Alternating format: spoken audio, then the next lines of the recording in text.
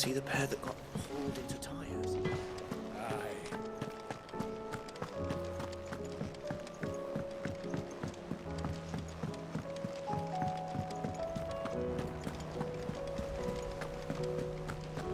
Did you see that? Tell me you saw that.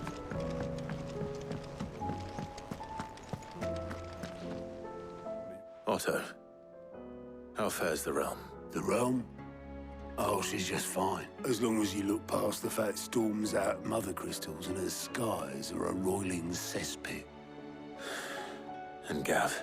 He's with your uncle in the Free Cities, helping Mid with her project. Sent an owl their way the moment the winds turned foul.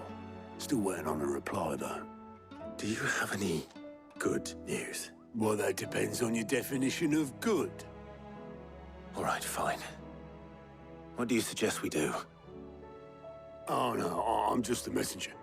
I'll leave the scheming to those more suited to the task. Could be that Lady Vivian and Old Tomes have their own thoughts on the current state of things. Could be that they don't. It certainly can't hurt to ask. I suppose not.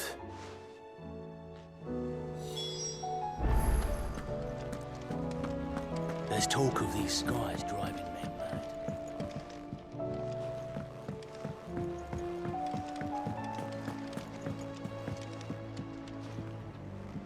How is it that every one of your little excursions presages some inexplicable catastrophe? Not that you are to blame for the Dominion's fate. No one could have predicted the actions of the Crown Prince. I'm sorry I couldn't save your home. My countrymen are stronger than you think. A few toppled clock towers won't break their spirits. They'll be back on their feet in no time. I hope so. Look at us.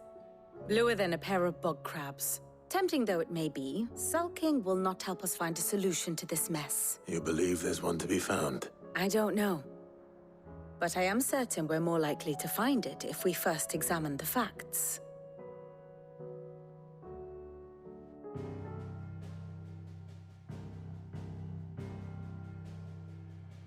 Beneath these darkened skies, fear and confusion reign over Valisthea. Oh, the lands around the fallen mother crystals had already begun to wilt for want of ether. But not like this. Crystals that filled wells and fueled furnaces, now nothing but pretty shards of rock. And those that hang from the people's necks cast nary a glimmer of light to keep the dark at bay. It is only a matter of time before the common folk convince themselves that the end of days is upon us. Yet I fear a swift end is more than we can hope for. While most of the world thirsts for ether, the remainder drowns in it, spawning Akashic in droves. And amidst the hordes of mindless beasts, with magics as like to fail as function, even the strongest nation would falter. Rosaria and the Iron Kingdom teeter on the brink of collapse, while the tragedy in Twinside has all but paralyzed the Holy Empire. Dalmekia fares little better. Rumor has it the ministers fled the capital after the fall of Drake's Fang, leaving their beloved republic to crumble. Waloed, meanwhile, moves in earnest. The Einherjar has been sighted off-storm. The world, in short, is in chaos. It would seem our civilization was nothing but a castle of sand, to be washed away at the whim of the waves.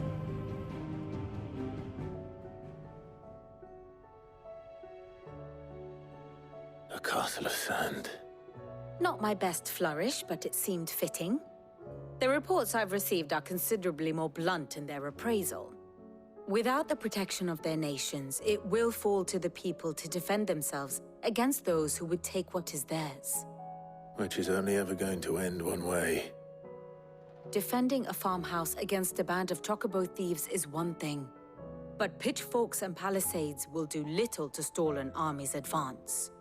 Should the King of Waloed deign to invade, there would be none to stop him. None but us.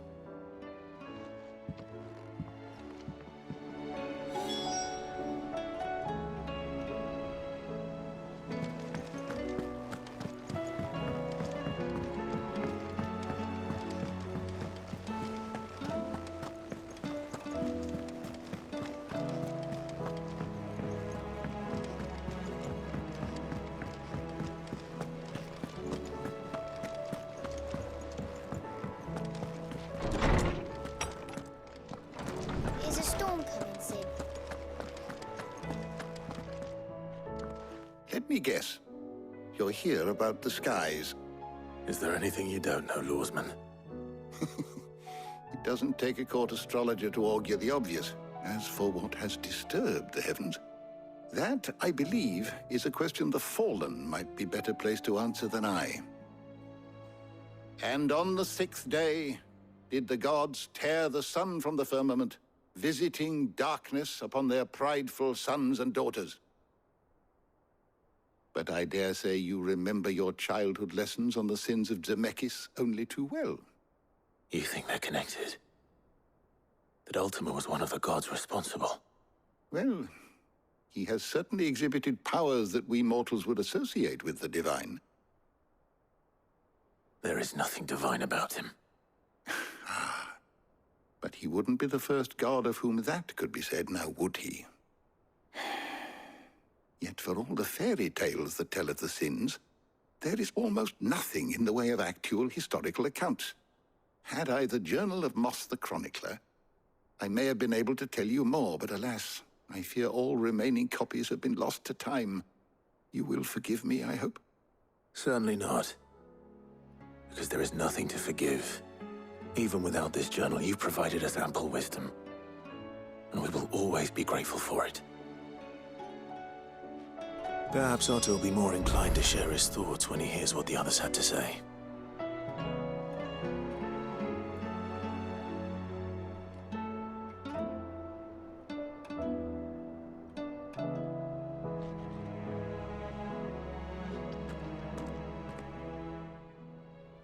I was wondering when next you'd visit. I have compiled some new entries, if you would like to see them.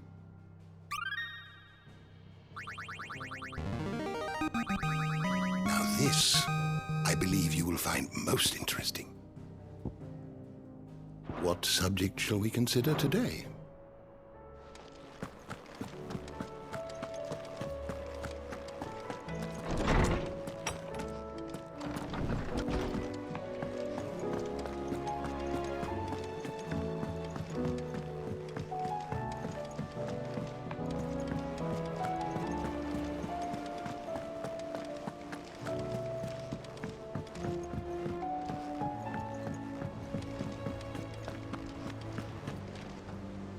Clive, we have a problem. Only one.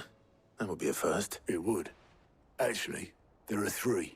We had as many owls arrive while you were at the shelves. Martha's got a Kashyyyk out her gates, and talk of monsters roaming the hills outside of Northreach has put the wind up Isabel and her lot. And don't forget Dalimil. Lubor says the village was raided by bandits. When it rained. It fucking pours. The curse breakers are spread thin, taking stock of the damage in the Dominion. And even if I could get word to all of them, I doubt they'd get here in time to make any real difference. Which means there's only 2 people who can. Jill and I. Let them know we're on our way.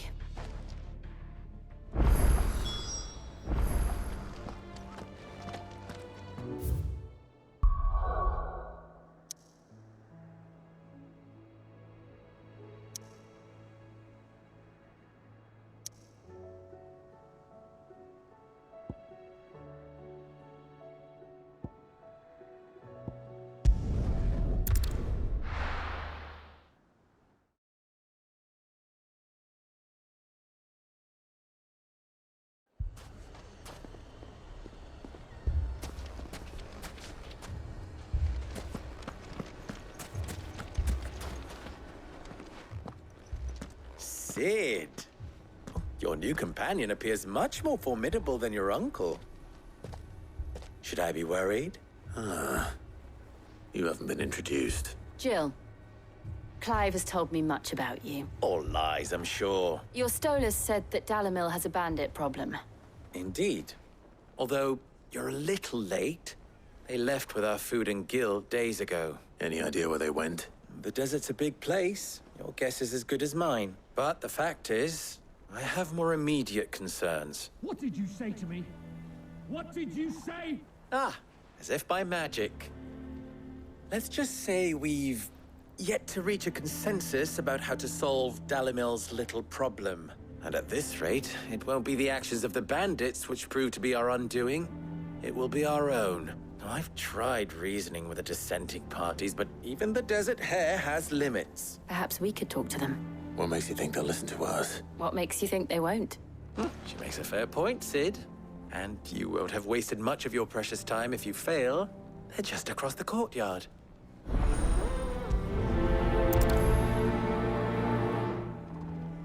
Suppose we just follow the shouting.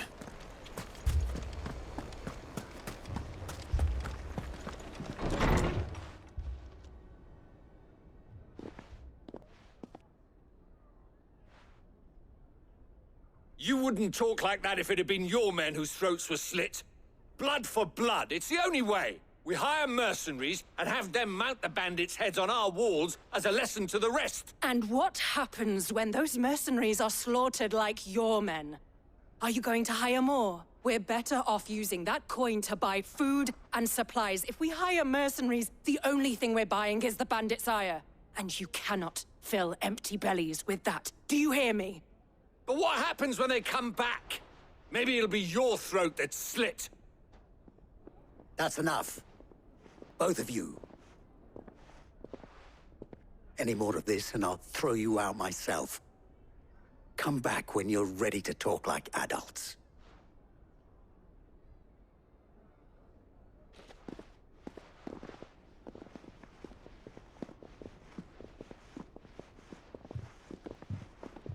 Victor.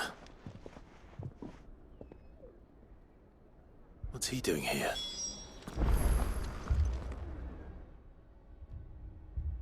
Sid. And Lady Jill. What brings you here? I was about to ask you the same thing. Costness is in chaos, and the markets have all but ceased to operate. The Briar's Kiss here in Dalimil is the only place I can reliably obtain supplies. I was here to do just that when Master Lubor told me of his troubles. He thought I might be able to talk some sense into these fools. But if you're here, I suppose his patience must be waning. Who are those people? Those were the thorns in Lubor's side. And the reason this place might be headed the same way as Costness. It's these accursed skies. The darkness is enough to drive a man to madness, or an entire city for that matter. We're still working on the skies. But in the meantime, perhaps we can find a solution to Dalimil's problem. I hope so. For all our sakes.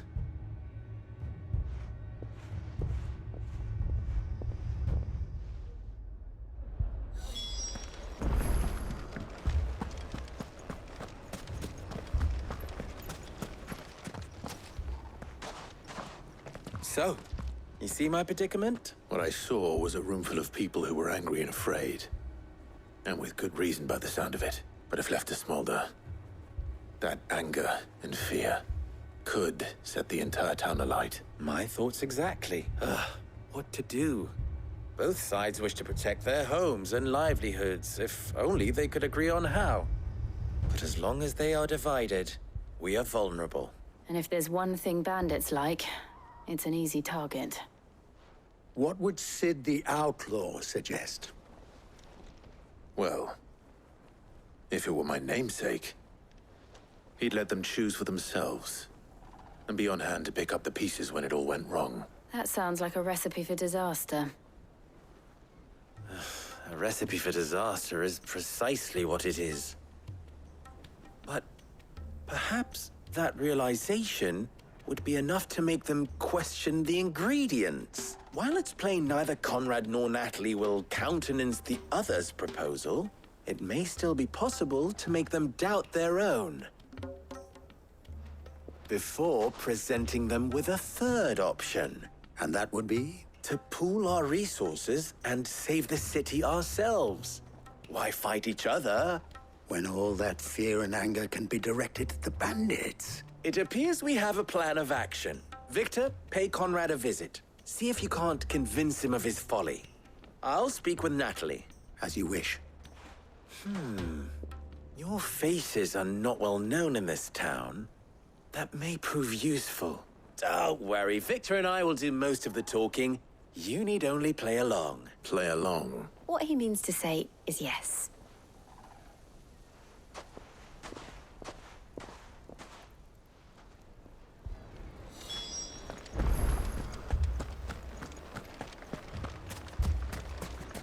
Picture it, Conrad.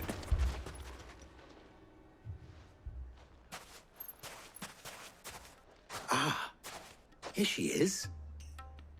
The Lady of the Spear herself. Conrad, may I introduce you to Jane, commander of the Red Wings, the oldest mercenary guild in the Free Cities. A pleasure, my lady.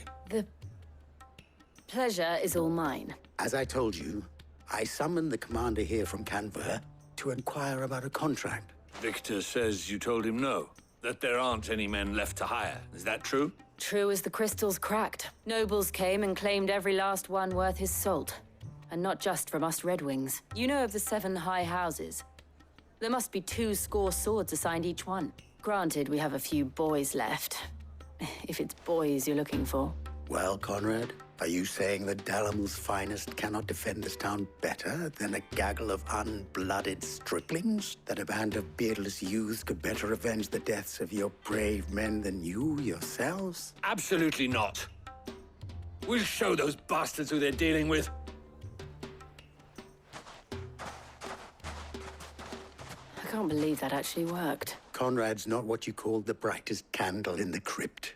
And there's a reason why I had you do the talking and not Sid. Well played, my lady.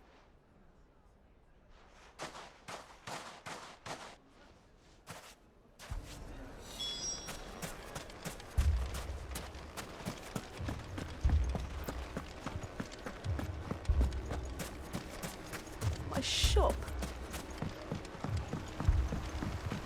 If I had my pickaxe, I would... I mean, it may still be possible to buy something. Ah, here he is now. Natalie, allow me to introduce Lord Underhill of Randalar's prestigious League of Merchants. Lord Underhill. At your service. Underhill. I was just telling the good lady of our conversation, my lord, and how you were lamenting the state of the capital's stores. Lubor says that not only are the granaries almost empty, but that war and the Blight mean this season's harvest won't be enough to fill them for winter. Indeed, certainly that is the case. The nobles in the capital are buying up the city's stocks of barley and wine, driving the prices higher than most commoners can afford. It is only a matter of time before the peasants revolt. It is worse than I thought. If what Lord Underhill says is true, I fear we have little hope of supplementing our stores, meager though they regrettably are.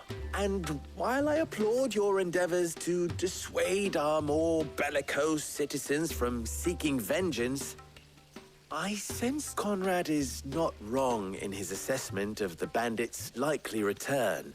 Which means that now, more than ever, we will need to secure what little we still have. Food, weapons, herbs, everything. If our humble town is to endure not only this hardship, but those that are certain to follow. All right. If it will help to protect my home, I'll do it. But you needn't have gone through this charade.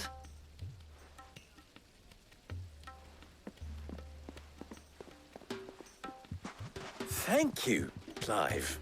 Your performance was nothing if not workmanlike. She saw right through it. I didn't say it was good, merely that it produced the desired effect. Now, my scouts should be returning shortly. Meet me back at the Briar's Kiss, and we shall see what we face.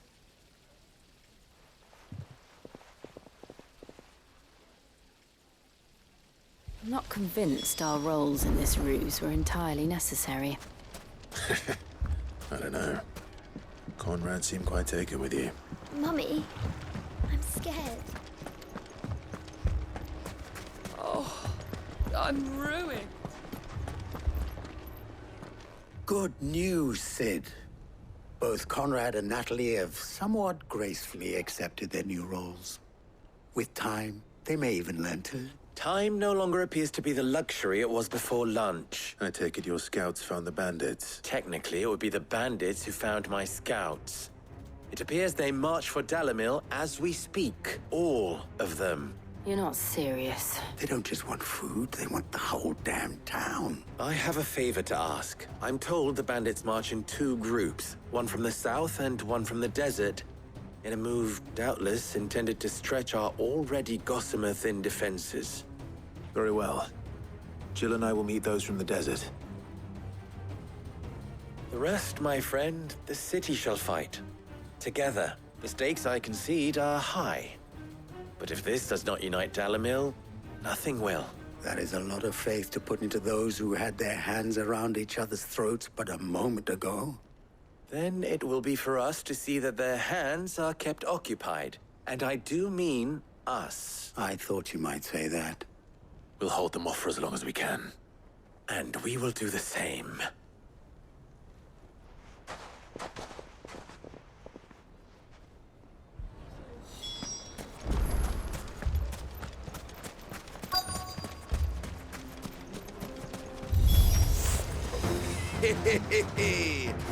The women folk have come to welcome us.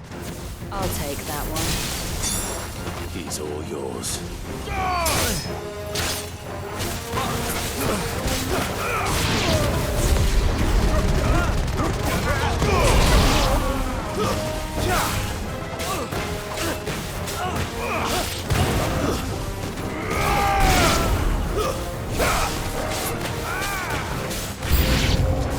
They need to overwhelm us.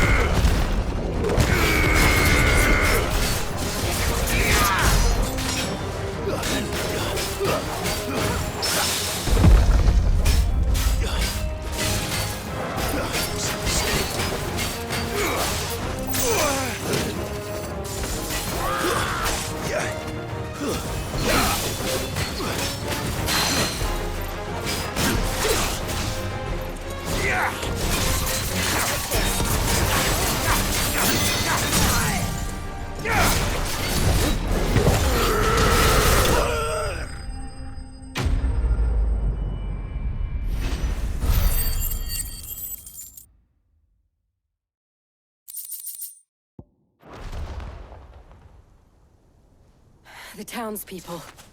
Could they have held out?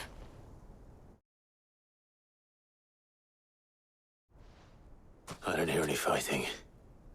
What do you think? That we should hurry.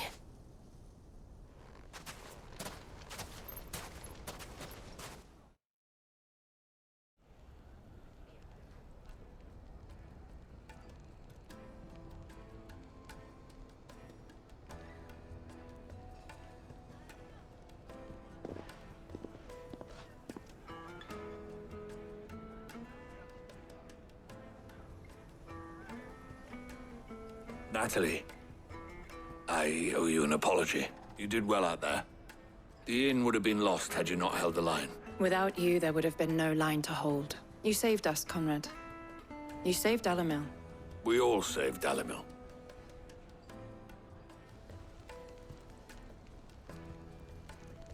Conrad seems to have had a change of heart. I'd say they both have. I take it from your presence that our visitors from the desert won't be joining us either.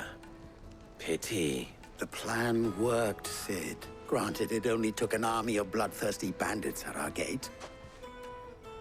Calm now, Victor. Why quibble over the details?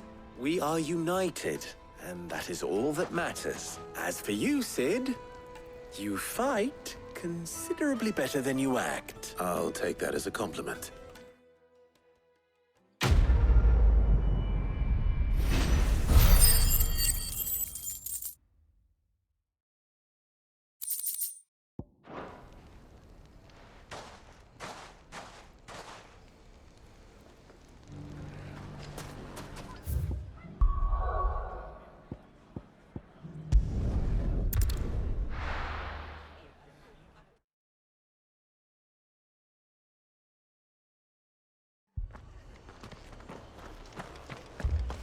This man's gonna die if we don't get him to a healer.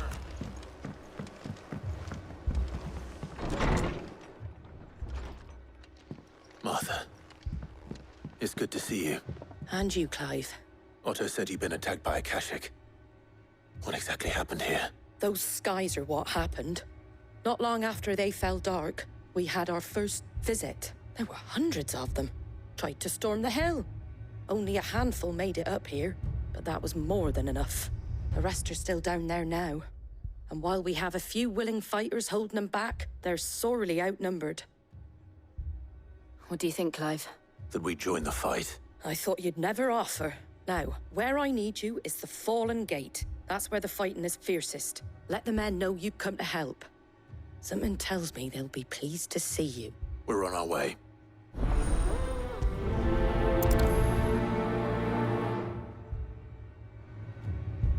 Do you think there were as many as Martha says?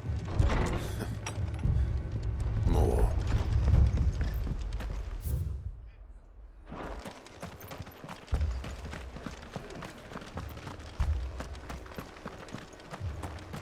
You don't think they've abandoned us, do you? No use calling Ambrosia now.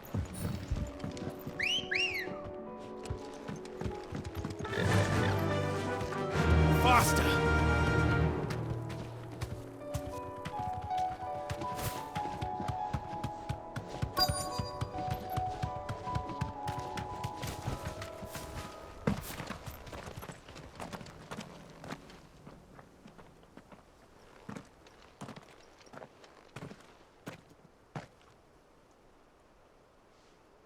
Clive, wounded. We deal with the Akashic first.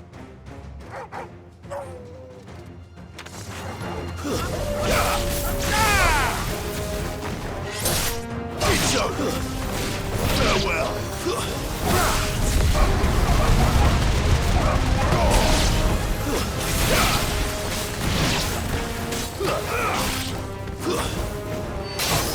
It's over.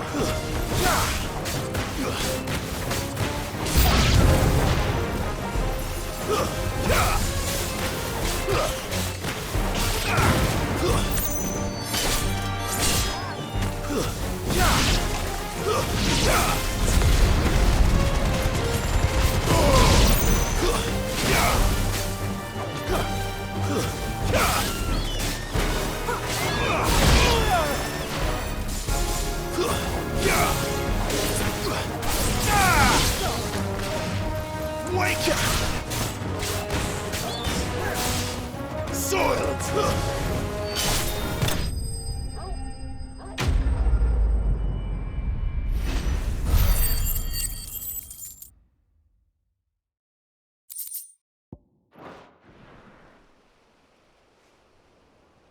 These men don't have the look of hired swords.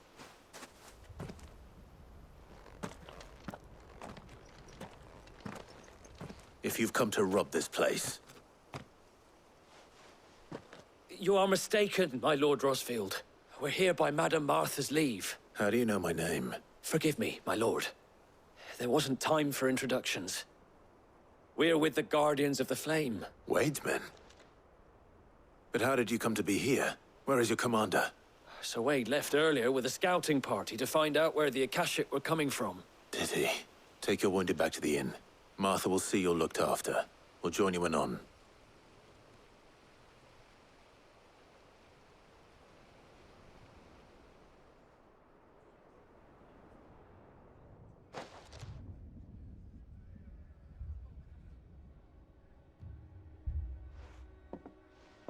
And to think you took them for thieves. A fine reward for holding off the horde, that is. When did Wade and his men arrive? Not long after Rosalith fell. The Guardians asked me to shelter some of them that had lost their homes. They were making ready to leave just as the skies turned, and we agreed it was best we stuck together. Martha! Trouble! The scouting party's almost at the lift, but they got a pack of Akashic snapping at their heels! And they got wounded with them! They're not gonna make it! Damn it all.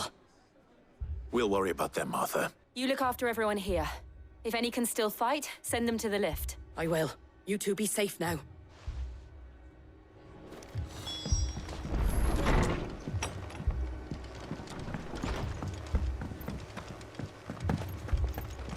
My brothers. Mad dogs. I love.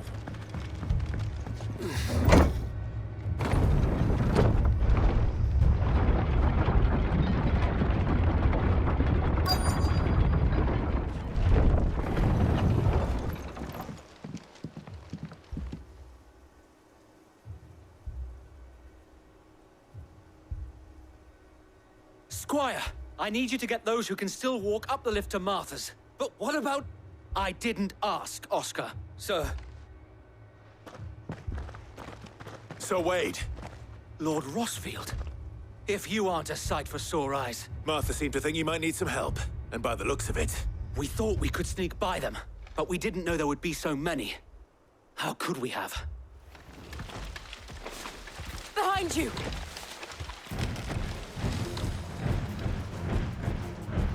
Damn it!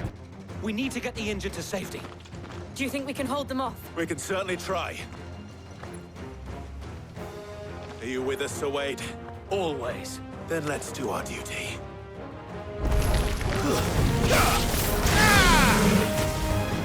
Finish.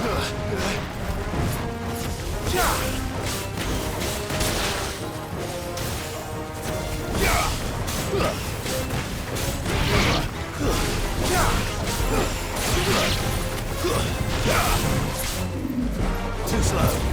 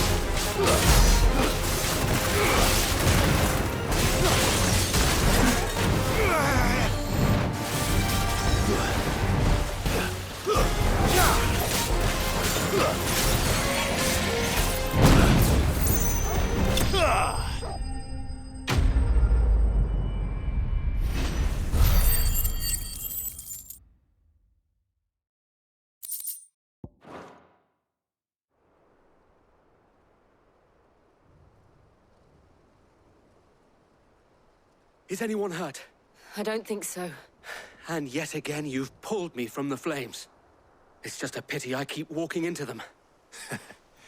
You've never been one to shy away from danger, Sir Wade. Like any shield worthy of the name. I see you're all in one piece. Martha! Is something wrong?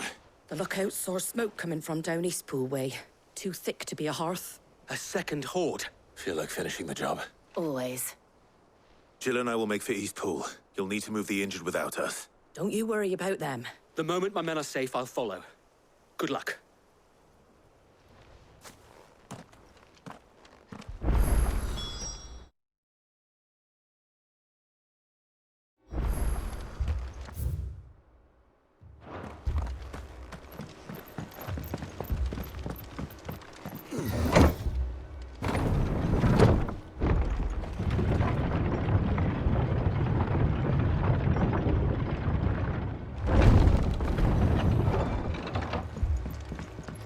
Mad dogs. The lot of them.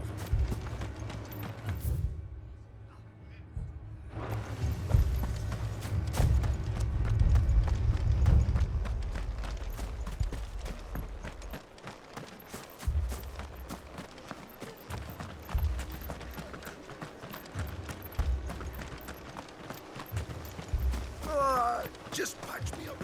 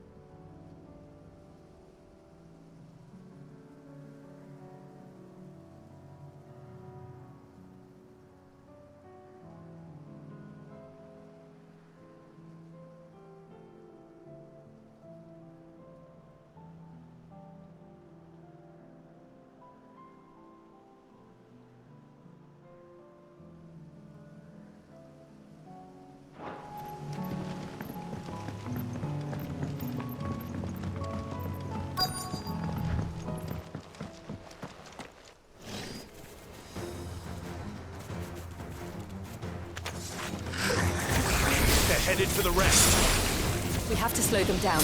Martha and the others won't be ready.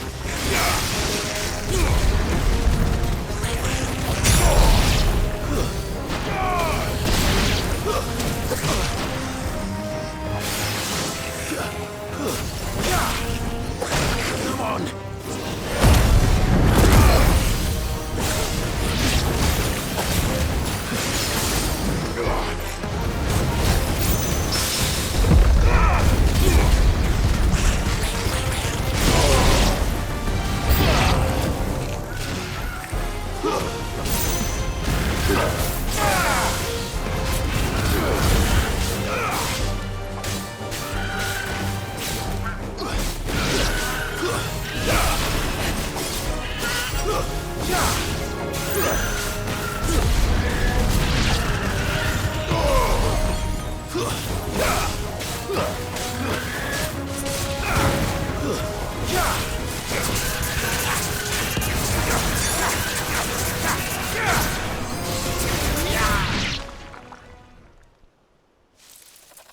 Something's coming.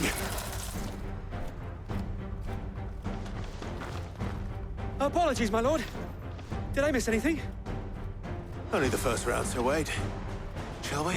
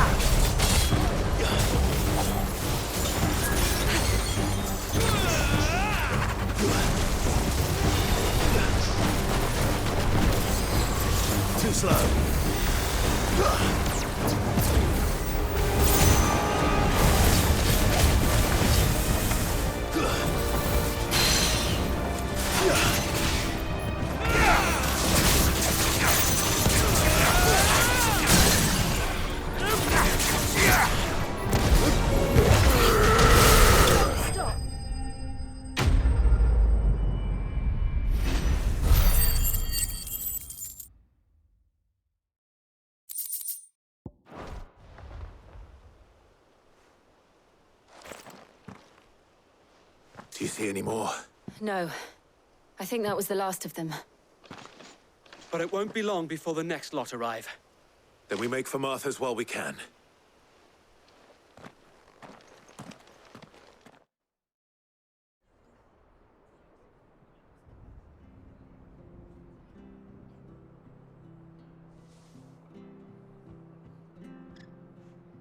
What did you find out there? The same as Sir Wade.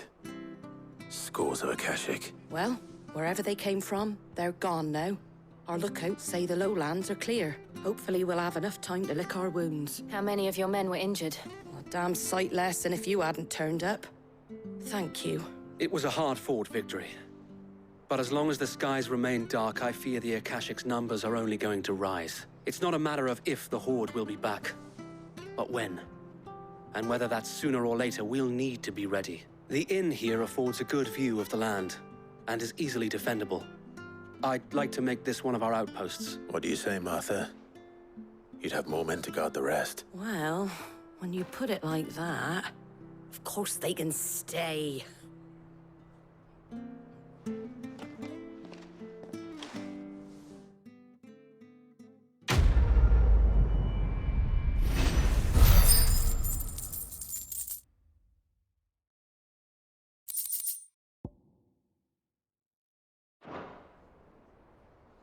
My lord, there's someone I'd like you to meet. Oscar, over here.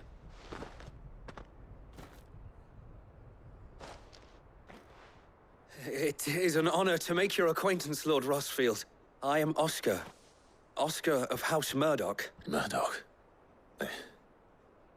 I wasn't aware the Lord Commander had children. Oh, he didn't. But his brother, my father, did. I am Sir Rodney's nephew. Well, go on, then. It's not for me to ask him. Yes, Sir Wade. If it please you, my Lord Marquis, might you take me as your squire?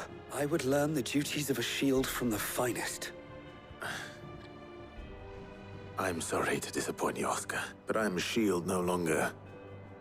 Nor was I ever the finest. And spending time in the company of an outlaw hardly seems a fitting education for one aspiring to take his oaths. My Aunt Hannah once told me that a man is not defined by his title, but what he does in its name. You have accomplished much since taking on the mantle of Cid, winning no little honor in so doing.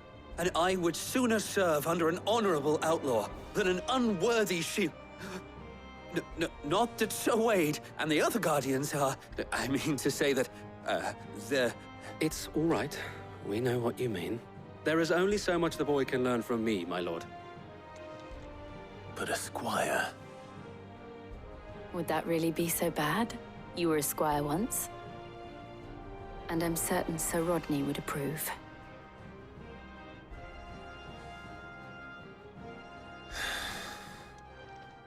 Know that I'll show you as much leniency as your uncle showed me. I would not have it any other way.